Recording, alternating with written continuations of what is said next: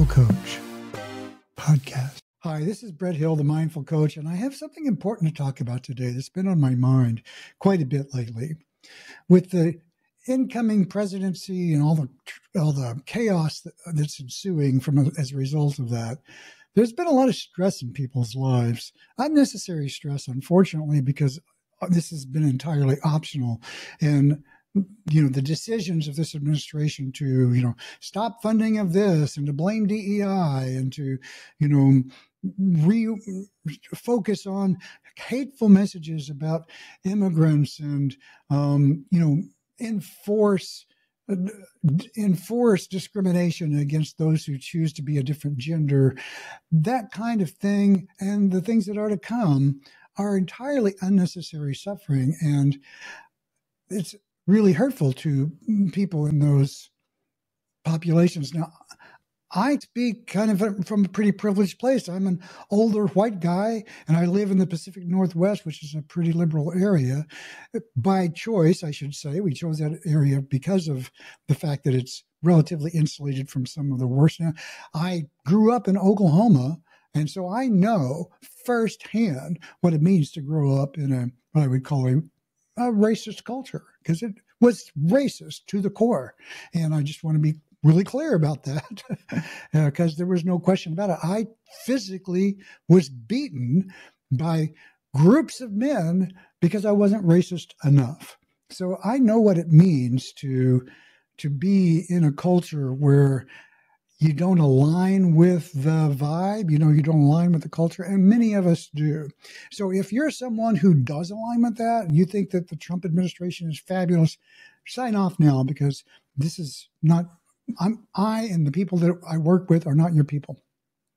Just be really clear about that. The kind of people that I align with are those who are working to be a healthy, intelligent, helpful, healing force on the planet.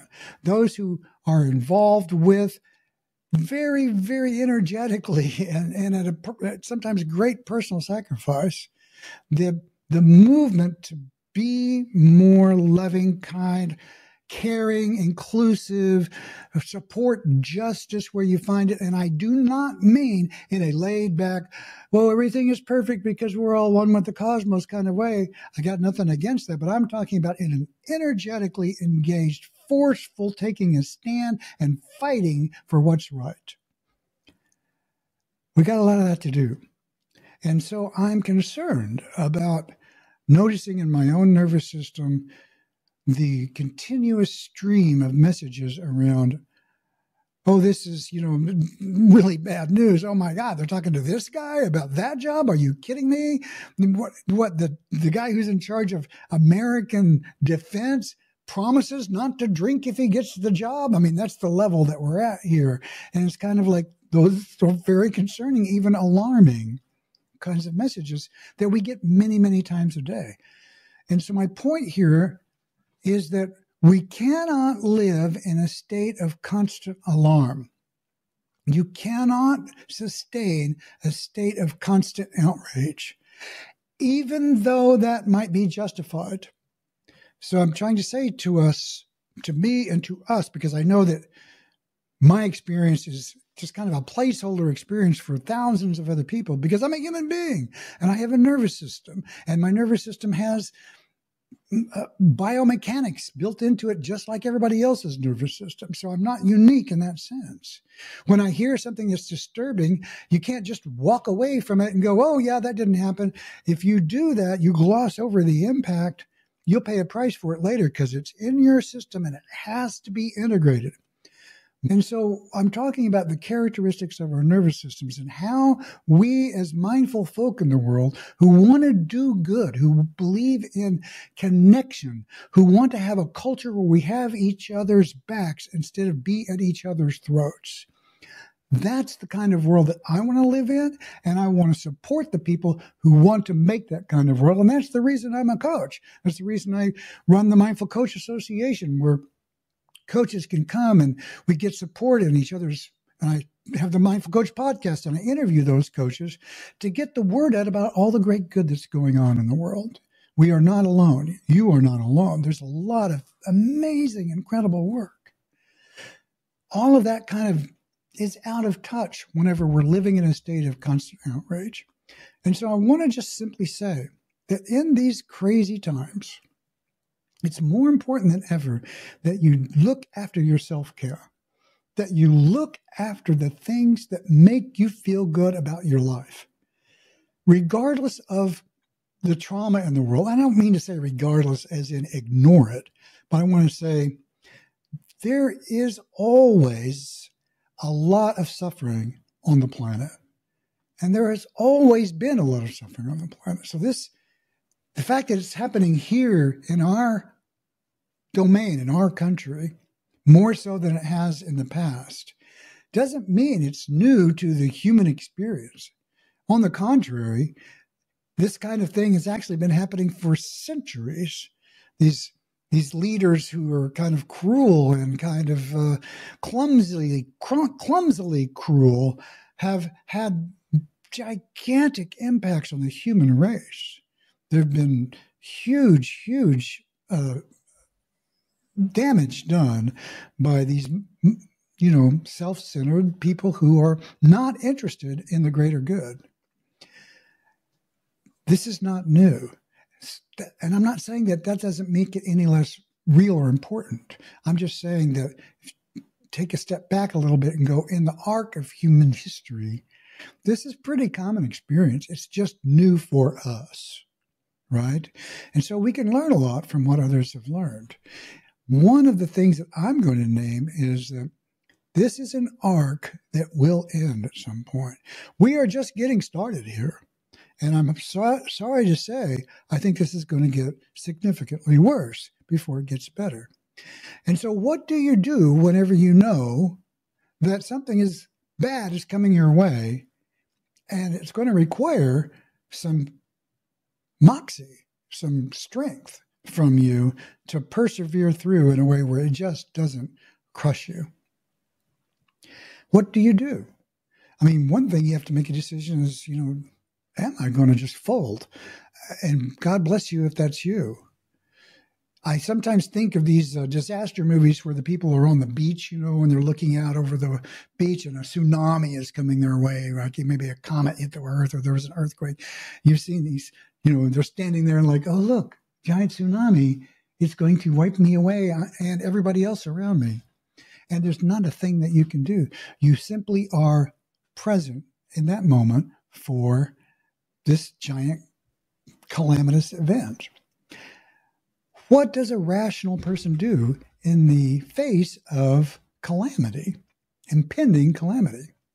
Well, that's a really key question, I think, right? So here we are, mindful folk who care about inclusion, diversity, caring for another, empathy, supporting each other, who care about reducing the amount of suffering in the world, who care about helping those who need help, who care about elevating our own success and making ourselves have a world that we wish to thrive in, that our children can grow up in and be healthy and happy in, who care about the planet, want it to be help us align with the forces that created us. I mean, I get a kick out of it, and sometimes it's kind of a tragic joke. We are in many ways, humanity is a creation of Earth. We were born from the elements and given rise to the capacity to live and breathe and walk and think due to the just peculiar mix of this particular point in time, this particular planet, and this particular space.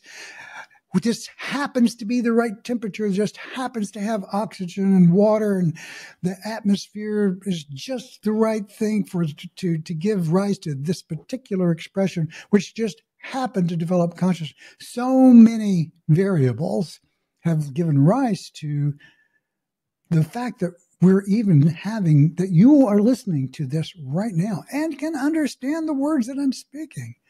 There's so many things that are exceptionally improbable about that ever occurring. It's mind-boggling. And when you take a moment, regardless of the tragedy that's going on around us, and you look up into the sky and you reflect on the beauty of 1,000,000,000 years of creation, the magnificence of the very fact that we are here taking a breath, and the opportunity to feel present in this magnificence. And you let that experience inform your senses as deeply as possible.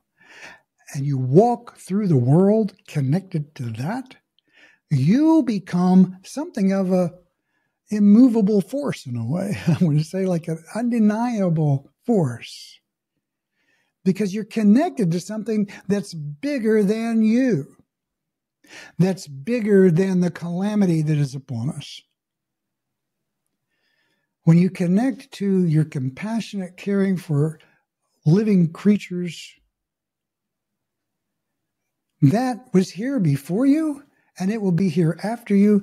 You're just participating in that song which never ends, and you get a moment of time to show up as incarnated as you, so to speak, to sing that song in your special way.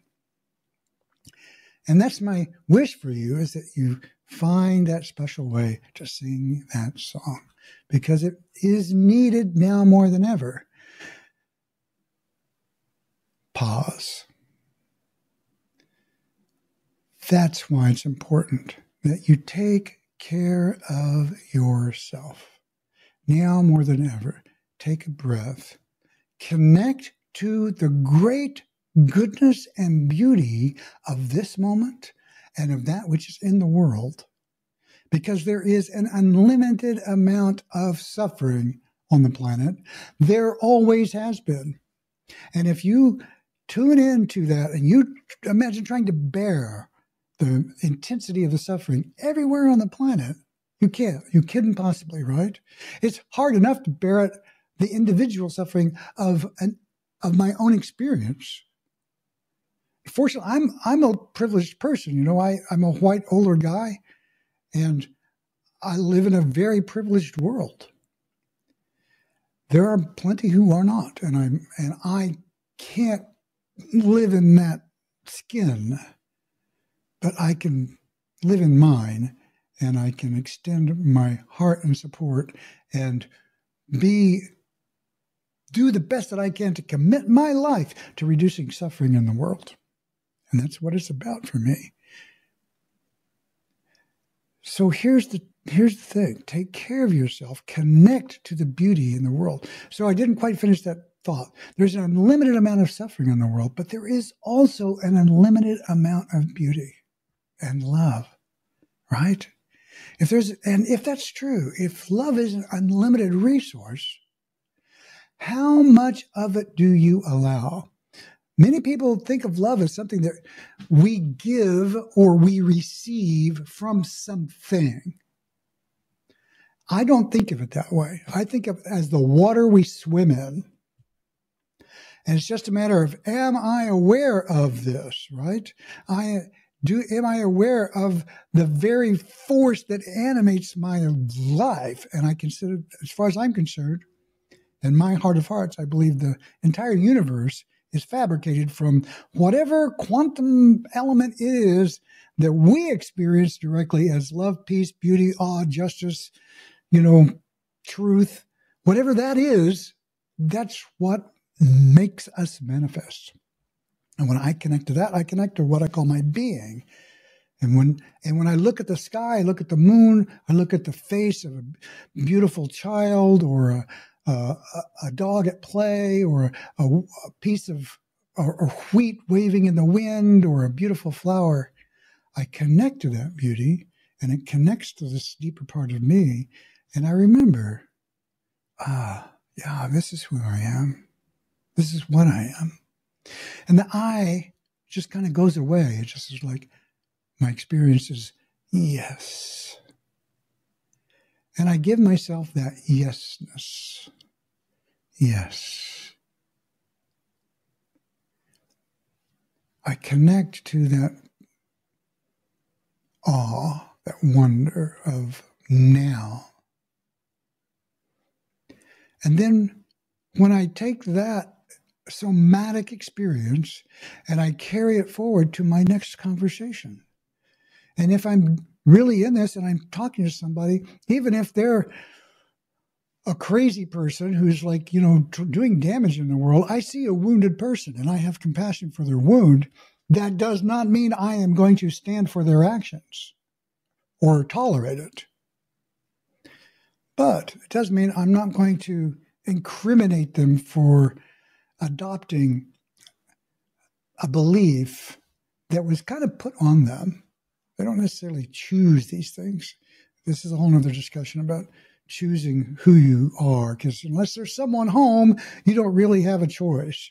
You're just kind of adopt what works for you, and that's going to vary by neurology and culture and, the sociology of your group. So I'm saying all this to say to you, remember who you are in a deep way. And if you don't know, do that work. Inquire. Ask yourself, who was I before the world told me who I should be? What was I like when I was 3 or 4? Before the world told you, oh, you're too loud, or you're too soft, or you don't speak up enough, or you'll never be enough, or you're just right, or you're perfect, or you're smart, whatever the world told you, who were you before all of that, before you adopted kind of an identity? And we all do in a certain way.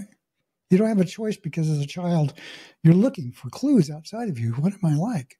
You learn interactively. You learn by feedback. That's why the people that you're around matter a lot. And so I'm going to ask you to pay attention to your own neurology and to disconnect from the stream of continuous outrages that are coming our way. And I don't mean ignore, but I mean don't expose yourself to 100 scary messages a day. Maybe, one time a day, catch up on headlines. I'd rather have one body blow, so to speak, than 100 punches, that I have to deal with all day long. I can take a breath, find myself, and be outraged, because it is outrageous. From this place, then, you connect, you let yourself have your feelings, you feel oh my God, this is bad. I don't know what to do. It's true. I feel helpless. Yes, it's true. I'm concerned about this group, that person, this law, what does it mean? All of those questions. Oh, there's that. I want to make meaning out of it. Yes, I do. I do want to make meaning out of it. Noticing that. That's true and real. Then connecting, remembering who you are, right? Brett Hill, I can't speak for you, but I myself, but I like to connect as part of me. I feel like I'm a clarifying force. I want to be a voice that helps to clarify and help every single situation I come into. And that doesn't mean I have to be a teacher all the time, but it does mean I do offer my insights when they are helpful. And I'm perfectly fine with sitting back and not knowing, I need to learn. I need to shut up and just listen for a while. Often that's the way forward. But what is true for you? What kind of a force are you? What's your mission, if you will? And if you don't know, that's fine. If you can't name it, I've had a long time to sort this out. I put myself on purpose into very, very challenging situations so I could find out. So I know from deep personal experience, hard work, how I show up and what comes out of me under extreme moments. And I'm trying to present some things that have been very helpful for me in these moments. Because here's the thing. People who've known my work have heard me say before, if you want to be mindful under stress, you have to practice when you're not. If you want to be mindful under stress, calm, in a centered place, you have to practice when you're not. And so it's very important in these times, whenever you are not particularly feeling stress, to practice presence, because we are going to feel it a lot, right? It is upon us. Things you can do, obviously, meditation is a huge, huge thing. Movement, learning to move consciously. Anything you can do to get your body moving, the energy is helpful, at least for me. Remember to connect on purpose, intentionally, in the moment, to the things that nourish you. Pick up a cup of coffee. I'm a coffee guy. It's warm.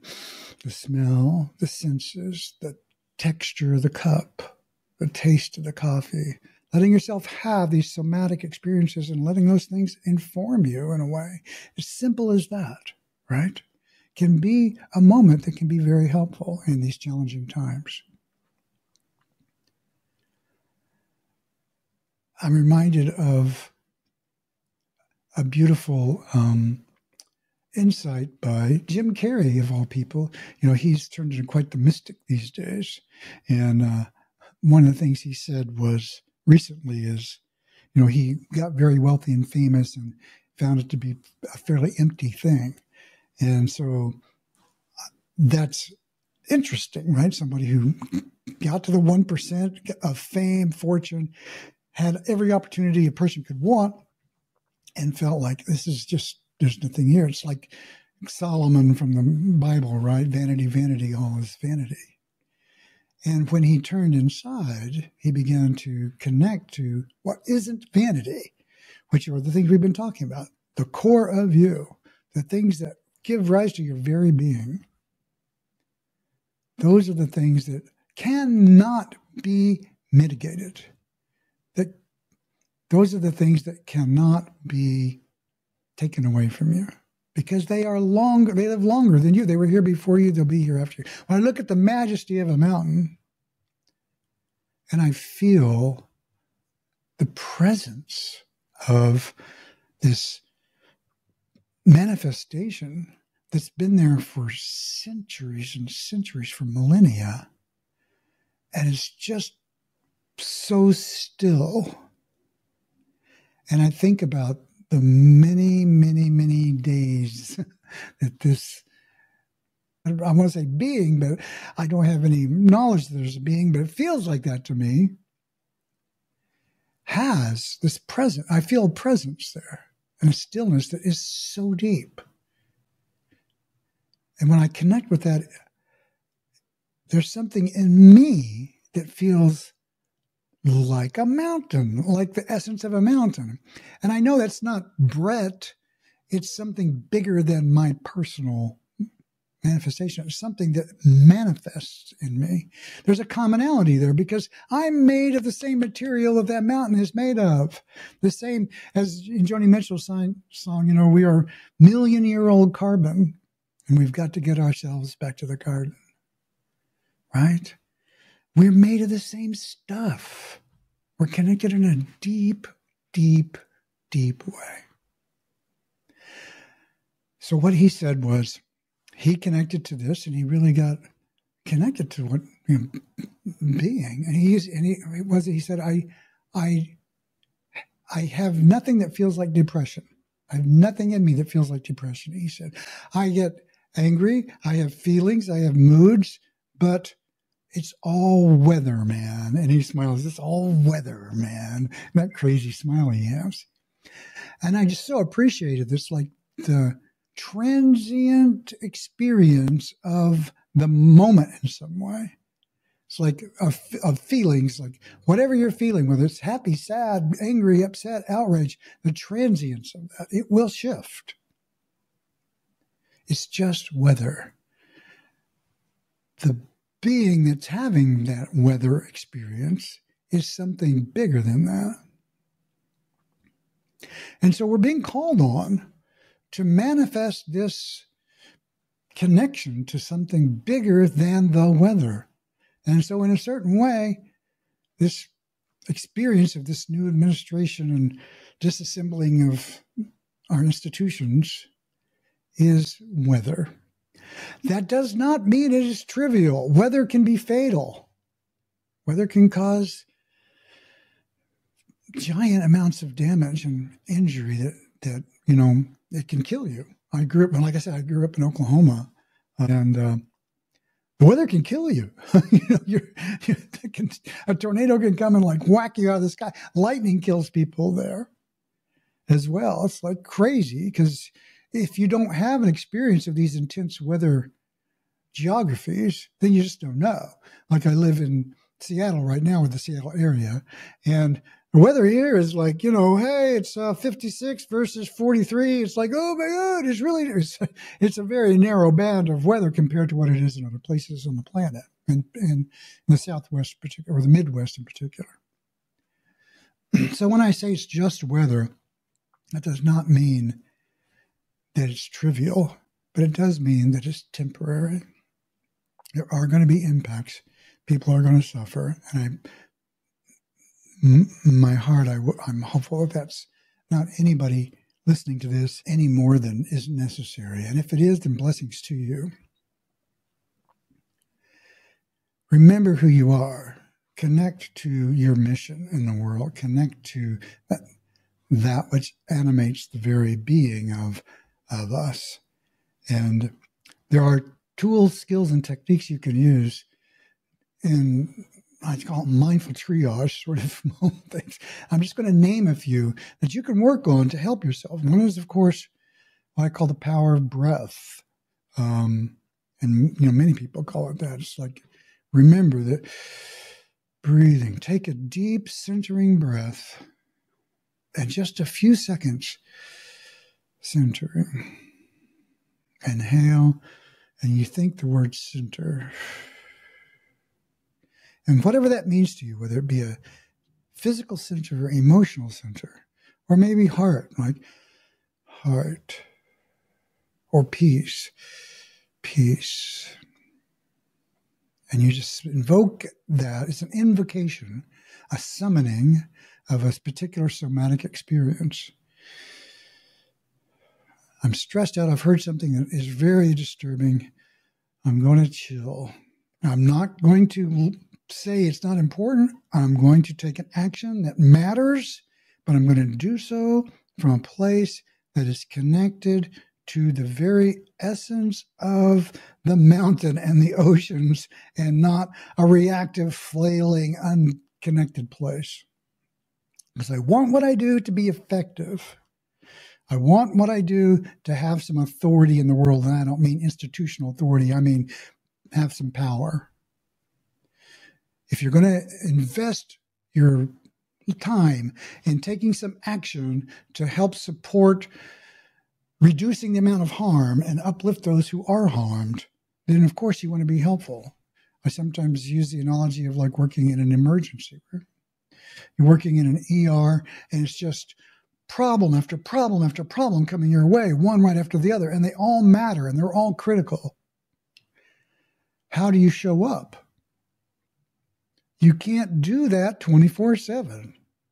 You have to take a break. You have to connect to what you know how to do. And in a certain way, you have to not get enmeshed in each patient's problems, because if you do, you will not survive the emotional turbulence. That does not mean you don't feel it personally. It just means you don't get enmeshed, right? So that you can't separate yourself from that. In a certain way, at another level, you can't really separate yourself from that, because we are all of that. We are each other in a very profound way. But I need to be able to be resourceful and resilient for this client, for this patient, and for this patient, and for this patient. And that means that if after doing my best with those people, I've got to go and take a break, chill, relax, let myself feel the impact of dealing with these injured souls as best I can. Take a breath, center, relax. Connect to your oceanness. Connect to your mountainness. Connect to your compassionate self, your whole self, as best you can. And if you can't get to those places, God bless you. You know, find some support, create some time, do the best that you can. We're here to help each other. We're here to support each other. I hope. I'm here to do that. And that's why I'm putting this out there today on the podcast. It's a pretty out there thing to do, really, for this particular show. But this is where my heart is. And I feel like it's time for those of us who do this work, and then when I say this work, I mean the work of helping ourselves and the world be a more healthy, integrated, wholesome, alive, supportive, safe place where we can thrive. That's the work. It's time to take a stand and not tolerate those whose actions are intended to harm others. I'm not tolerant of those kinds of behaviors. I'm not. I might look at those people and go, okay, I understand you've come to think that this is the best thing to do, and you have your own reasons for that. But I will not stand for those actions unopposed. I'm not going to say you're evil. I'm going to say your actions are harmful. Because I believe in my heart that there is a core of goodness in everyone. There are some people who have neurological systems that are not wired the same as the rest of us, and those people can be dangerous in the world. In particular, sociopaths, psychopaths, to some degree, narcissists, megalomanias. We're dealing with some of those characters, and it's not their fault they were born the way they are. It's not their fault they were born in the culture that they were born with. It's not the fault that they grew up in the world that they were brought into. Just like I'm no fault for being, who I am, and neither is someone who's born and they feel like they're in the wrong body and they take an action to correct that misalignment. So I'm not saying there's no fault, no harm. In this case, there is harm from those who take actions because of their beliefs that are born from the circumstances that they were brought up in.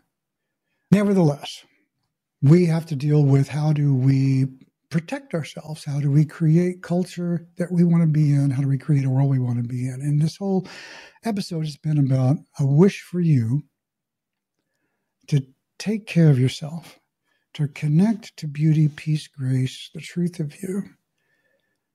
Now more than ever, spend time being present with your experience and touch that part of you which is untouched by the world. That might sound strange, but if you listen to the mystics, and I am a mystic, then you know that this part, and Eckhart Tolle comes into mind, and he talks about this all the time, this core part that isn't dependent on the transient circumstances of our lives. The sun is not influenced by the weather, right? The sun radiates its own light no matter what, because it is the sun. It is a manifesting force. And that's what it will do. And consequently, I feel like when I connect to what I call being, it's a force that animates itself into consciousness emerges from that. And it's not dependent on what goes on around. It's just like Jim Carrey said, it's all weather. So blessings to you, and I hope in some ways this has resonated with you. Remember to connect to who you are. Use this centering breath skill. Adopt a meditation practice, a mindfulness practice. Find the things that light you up and on purpose connect to them many times a day. Simple, everyday things, really powerful. This is a whole other course, a whole other teaching you've heard me talk about before. Connecting with your limbic system in a way where we can help keep ourselves out of a state of alarm all the time. We cannot live in a state of outrage continuously. The work we have to do, and I'm going to be really strong about this, the work you have to do, the work I have to do, matters now more than maybe ever in American history. We need you. The world needs you.